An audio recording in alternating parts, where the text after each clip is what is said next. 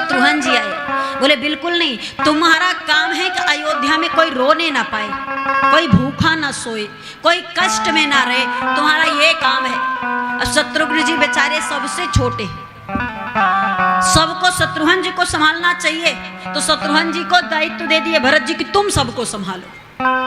और भरत शत्रुघ्न जी सबको संभाले, सबको कोई ना कोई बहाना बना के चुप करा देते थे। कोई रोता रहता तो रोता देखते तो उससे बहका देते, भला फुसला देते, रो रो रो रो करके आंखें खराब कर लो, पतले हो जाओ, दुबले हो जाओ, मत भोजन करो, कृष्काय हो जाओ, राम जी आएंगे देखेंगे तो राम जी से कह देना कि रो रहे थे, चुप नहीं हुए।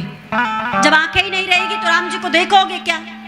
तो सब कहते अब ना रोएंगे, आंख खराब हो जाएगी तो राम जी को देख ना पाएंगे, कुछ ना कुछ बहाना बना देते। गायों भैंस गाय के पास जाते, अस्तबल में घोड़ों के पास, वो भी राम के वियोग में रोते रहते, भोजन त्यागे, उन्हें भी समझाते। गैया को कहते कि राम जी को अपना दूध नहीं पिलाना है, अब हम दही मक्खन नहीं खिलाना है। गैया कहती इसी बात का तो दुख है कि राम जी मेरे पास नहीं, मैं कहां से खिलाऊं, कैसे खिलाऊं। गाय अपने बछड़े से बचाकर हमें आपको दूध पिलाती, विचार करिए अपने बच्चे को नहीं देती।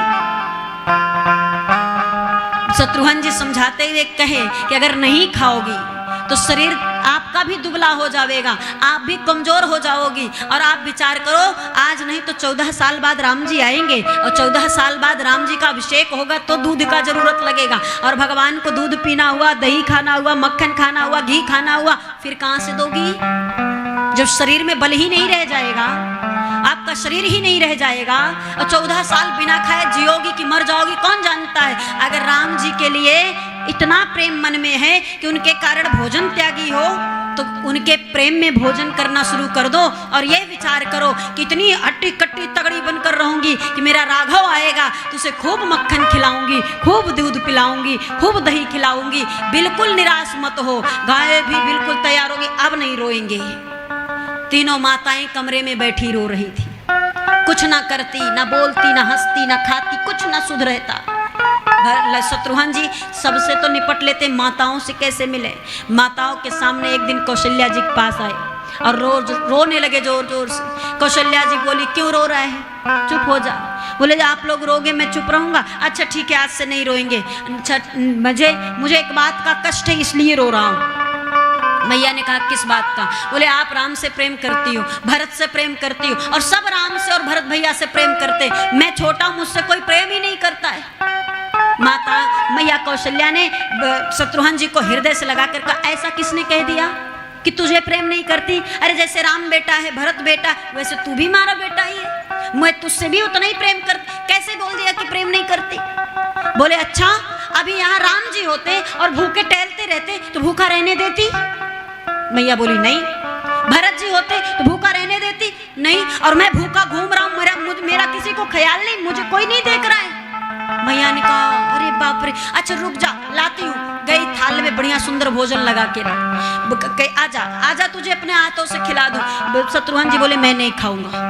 अब क्या हो गया? तुझे हाथों से खिला रही हूँ ना, प्यार से खिला रही हूँ ना, अब क्या हो गया, क्यों नहीं खा रहा? शत्रुघ्न जी बोले मैं अकेले खाया नहीं कभी जीवन में, मैं जब भी खाया हूँ 4 थाली रहती थी मेरे सामने, चारों भैया बैठ कर खाता था, मैं नहीं खाऊंगा, जब तक 4 होंगे तभी खाऊंगा, नहीं तो नहीं खाऊंगा, 4 थालियां होंगी तभी खाऊंगा, तभी नहीं तो नहीं खाऊंगा।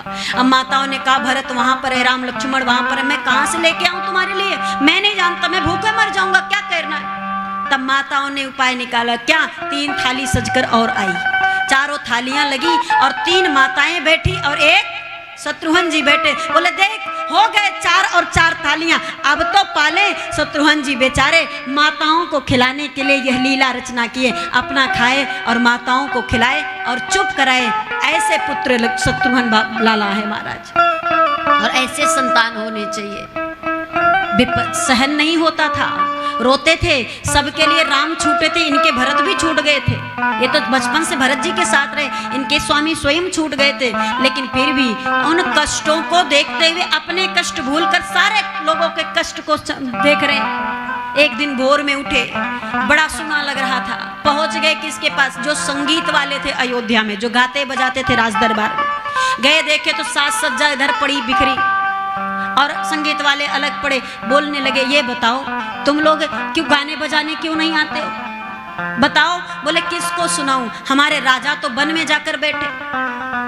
दशरथ जी का प्राणांत हो गया, वो उनका प्राणांत हो गया, वो बन बैठे। भला किसके लिए गाऊं, क्या गाऊं, कुछ समझ में नहीं आता, हमें नहीं गाना है, हम नहीं गाएंगे।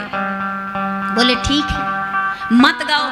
14 साल बाद राम जी आएंगे और सिंहासन पर बैठेंगे, राजा बनेंगे, तब तक तो तुम जो गाते हो सब भूल जाओगे, कुछ याद ही नहीं रह जाएगा। 14 साल नहीं गाओगे भाई, ये गाने वाली चीज है। इसे रोज ना गाओ तो धीरे धीरे करके ये खत्म हो जाती है। इसके लिए अभ्यास आवश्यक है। गाने बजाने के लिए अभ्यास बहुत जरूरी है। अब महाराज जब शत्रुघ्न जी बोले तुम गाओगे नहीं और धीरे धीरे छोड़ते जाओगे तो आवाज भी काम ना करेगी और गाना बजाना भी भूल जाओगे। रहने दो, राम राजा बनेंगे तो कोई गाए बजाएगा नहीं।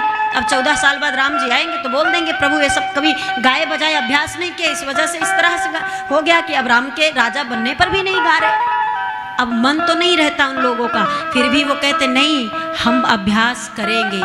प्रतिदिन सुबह उठते और सुबह उठ करके महाराज अभ्यास करना आरंभ कर देते। सब अपने अपने वाद्य यंत्र को बजाते और गाते, आवाज ना निकलती फिर भी कोशिश करते, आज नहीं तो कल निकलेगा। 14 साल तक ऐसे ही बिताए। प्रातः काल भोर में जैसे ही वो बैठते थे अभ्यास करने, महाराज कान में आवाज शत्रुघ्न जी के पड़ती तो सहन नहीं होता था। कितने कष्ट भरे जीवन में संगीत कौन सुनता है, वो भी ऐसी संगीत। कान बंद कर लिए महाराज कि मेरे जीवन में सब कुछ मेरा उजड़ गया है, मैं गाने सुनूं बैठ करके महाराज। लेकिन फिर भी नहीं जगाएंगे, नहीं संभालेंगे तो ये संभालते नहीं। इसलिए शत्रुघ्न जी सबको संभाले, स्वयं को संभालते हुए।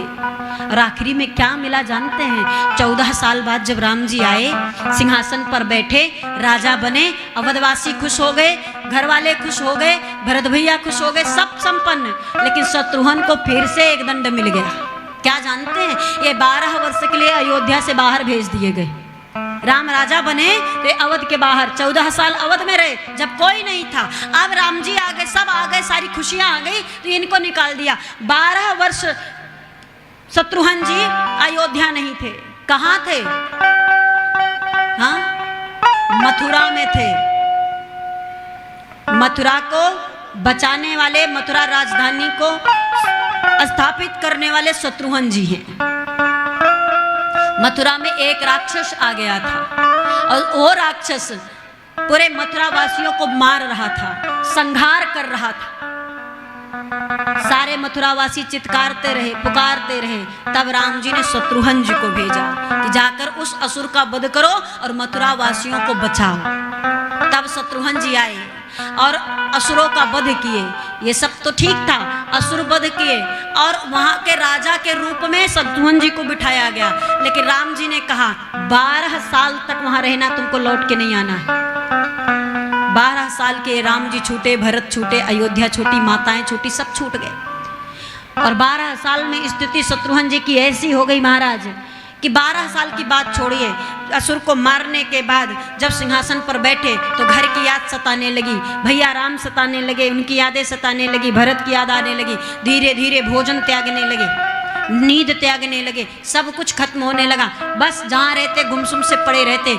मथुरा वालों ने देखा कि भरत हम सबके प्राणदाता, शत्रुघ्न जी हम सबके प्राणदाता हैं। ये आए राक्षस को मारे, हम बच गए, नहीं तो वो हमें मार देता।